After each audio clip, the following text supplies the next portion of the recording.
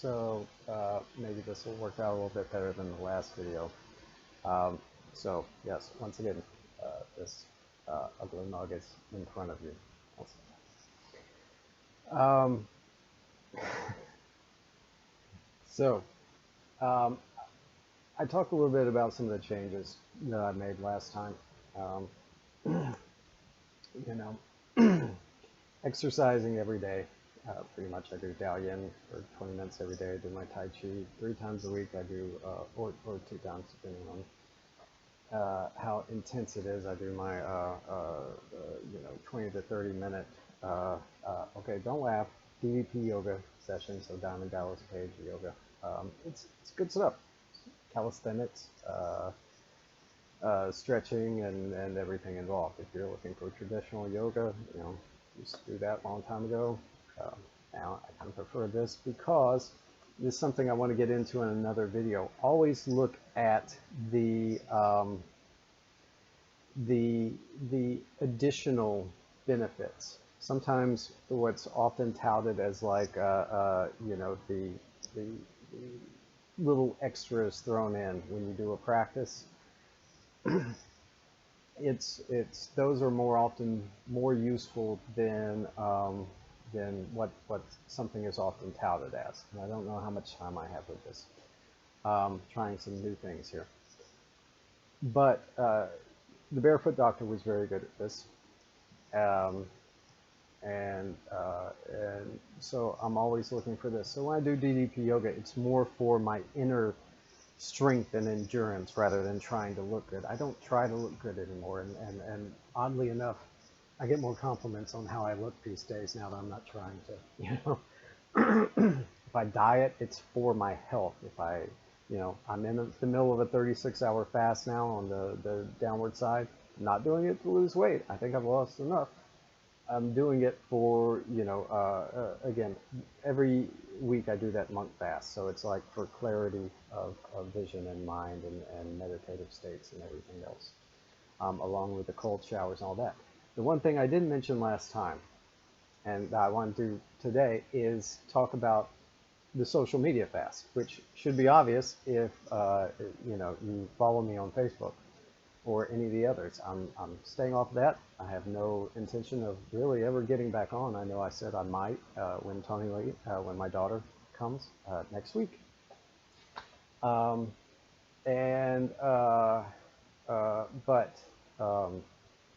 I probably won't.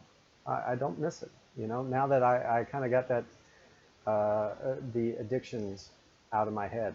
And also the no-fap, although I did break the seminal retention. I'm not bragging here, but that was not a solo thing.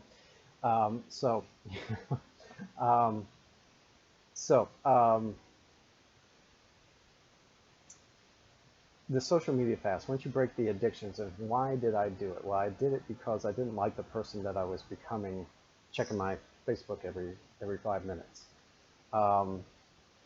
And I want to do more of these videos where it's less like a spiritual teacher side, more like, normal YouTube videos where people just have a candid conversation. I don't like the narcissism that gets involved with spiritual teachers and, projecting this perfection that if you really know them, it's all bullshit.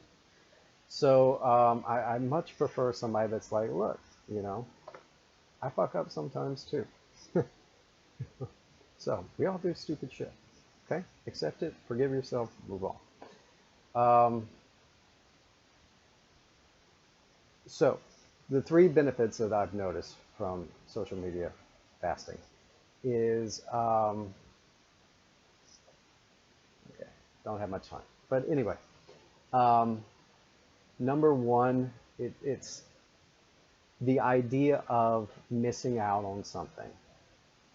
It's the idea of always feeling like you're not, it literally does make you feel like you're not good enough and that you have to project this in order to be good enough, when really my life is fantastic,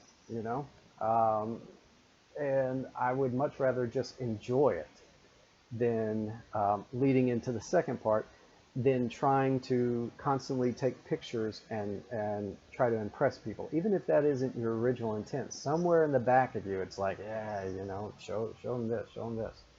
Like, I don't need to impress anyone. No one needs to impress me. I don't want to flex on anybody. I don't want anybody flexing on me, you know? I would much rather just enjoy my life in the moment, you know?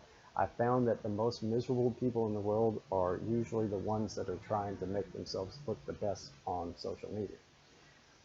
And that ain't gonna be me no more. You know, I may do more of these videos, but yeah, I'm gonna be in my bedroom with the shitty background and everything else. We may be in the living room sometime with the plants. That is a little bit nicer, just because I like to see that, because I spend a lot of my time there.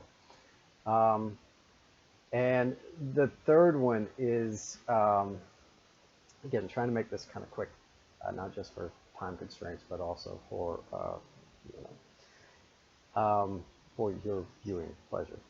Um, it's the chemicals in your brain that I've been able to translate that into, once you kick that addiction, and you do go through it for a while, you know, the first few days you're like, oh shit, I can't go on Facebook. What am I going to do with my time? I do watch YouTube videos, but those are educational, and so I'm learning something, you know. Um, and started reading more again. Again, once you quit like porn, masturbation, social media, extreme comforts like, you know, hot showers and stuff, and you really focus on getting yourself healthy on every single levels, and meditating more and doing everything that you knew that you should do and you used to do. Perhaps if you did, I'm speaking from personal experience here. Then everything starts lining up again. I've started doing my comics again. I'm going to be finishing the fourth level and final level of theurgy and thaumaturgy. Um, uh, and yes, I mentioned that I have started doing my comics again, the thing that like fulfills me most. I've started, you know, having actual friendships and relationships again.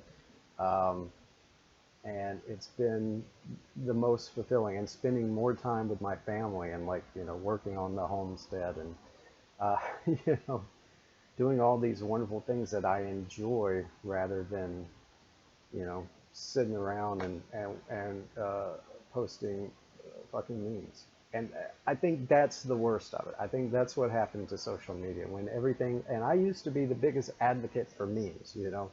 We can share this information. I still believe in the mimetic nature of information and all of that.